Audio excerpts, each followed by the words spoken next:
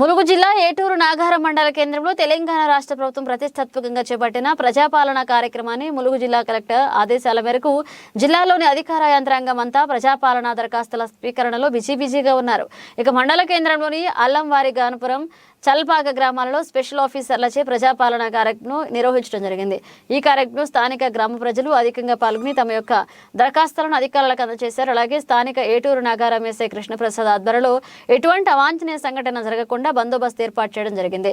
అలాగే స్థానిక వైద్యాధికారులచే ప్రజాపాలన శిబిరాలందు హెల్త్ సెంటర్లు ఏర్పాటు చేశారు. ఈ యొక్క కార్యక్రమంలో స్పెషల్ ఆఫీసర్లు అయిన స్థానిక MRO Srujan Kumar, MPDO Kumar, RI Srinivas, agriculture AO Venugopal, electrical ఏవో అశోక్, జూనియర్ అసిస్టెంట్ శంకర్, గ్రామ పంచాయతీ కార్యదర్శులు సందీప్, లక్ష్మీనారాయణలు, చల్పాక సర్పంచ్ సుమతి రమేష్లతో స్థానిక ఆశా వర్కర్లు, అంగన్వాడీ టీచర్లు పాల్గొన్నారు. గౌరవ జిల్లా కలెక్టర్ గారి ఆదేశాలు మరియు గౌరవ అదనపు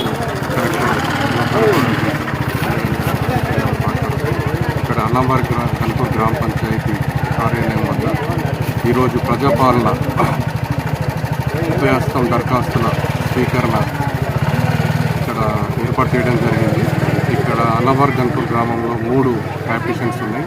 అల్లంవారి గన్పూర్, వీరాపూర్, ఎల్సిట్పల్లి 3 హ్యాపిటేషన్ గ్రామాలకు ఇక్కడనే కౌంటర్స్ 2 ఏర్పాటు చేసేసి 211 కుటుంబాలకు దరఖాస్తులు తీసుకుంటున్నాము.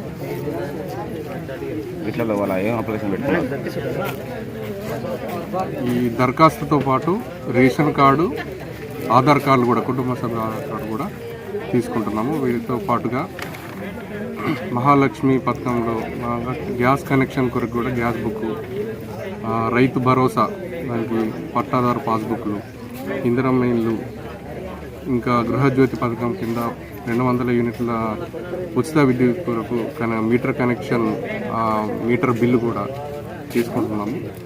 చేయుత పథకం కింద దరఖాస్తులు కూడా తీసుకుంటున్నాం. పెన్షనర్స్, వృద్ధాప్య, గీత కార్మికులు, డయాలసిస్ బాధితులు, బీడీ కార్మికులు, ఒంటరి మహిళలు, వితంతువు, వికలాంగులు, చేనేత, ఎయిడ్స్, పైలేరియా, బీడీ టేకేదారు సంబంధిత కేటగిరీ వారీగా వాళ్ళు టిక్ చేసి ఇస్తారు దరఖాస్తుదారులు.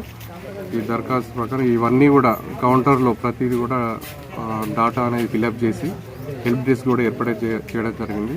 వాళ్ళ దరఖాస్తులో వాళ్ళ వివరాలు రాయలేని పరిస్థితి ఉంటే అన్ఎడ్యుకేటెడ్ వాళ్ళకు కూడా ఇక్కడ రాయడం జరుగుతుంది. వీటి దరఖాస్తుతో పాటు ఆధార్ కార్డు, రేషన్ కార్డు కూడా ఇంక్లూడ్ చేస్తాం. రేషన్ కార్డు లేని వాళ్ళ పరిస్థితి, రేషన్ కార్డు లేని వాళ్ళకు దరఖాస్తు సపరేట్ కౌంటర్, జనరల్ కౌంటర్ ఏర్పాటు చేసినాము. అవి కూడా తీసుకోవాలి. విద్యుత్ మీటర్, కరెంటు కనెక్షన్ లేని వాళ్ళ పరిస్థితి, దీనిలో కాలమ్స్ ఇచ్చారు. దీనిలో విద్యుత్ మీటర్ లేకపోతే లేదని చూపిస్తాం. ఇక్కడ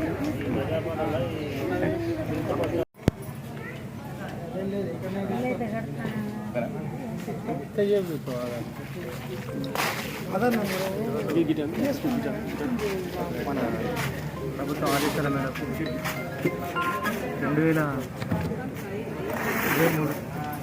ఈరోజు డేట్ 28 నుంచి మళ్ళీ 6 జనవరి వరకు మనకేంటంటే ప్రజాపాలన దాని మీద వచ్చిన దరఖాస్తులు స్వీకరించగలరని ప్రభుత్వ ఆదేశాల మేరకు ఈరోజు పెట్టుకున్నాము. ఇది తెల్పాక విలేజ్లో వచ్చేసి మనకు 268 అప్లికేషన్స్ మొత్తం 268 దానికి మన ముందే ఒక రోజు మనం అప్లికేషన్ అలా ప్రజలకు ఇచ్చి ఫిల్అప్ ఫీల్డ్ అసిస్టెంట్ ద్వారా ఫిల్అప్ చేసి ఇచ్చి ఒక్కొక్క కౌంటర్ ద్వారా నుండి మనం స్వీకరిస్తున్నాం. అది ఏంటంటే పొద్దుగాల మార్నింగ్ 8 నుంచి సాయంత్రం 6 గంటల వరకు మనం ఈ యొక్క దరఖాస్తు స్వీకరణ మనం చేపడుతున్నాం.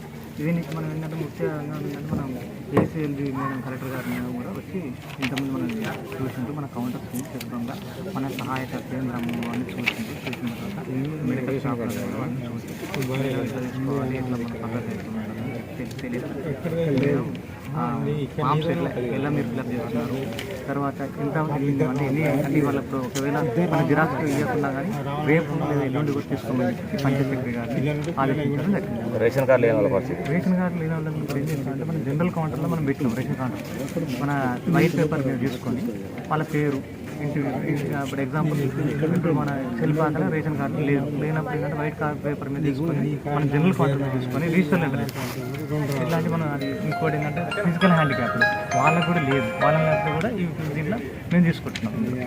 జనరల్ కౌంటర్ తీసుకోవాలి. ఇంకా వేరే ఇంకేమైనా ఉంటే కూడా మేడం ఏం చేసింటే ఆధార్ కూడా పెట్టి తీసుకోండి అని చెప్పి మాకు తెలియపడుతుంది.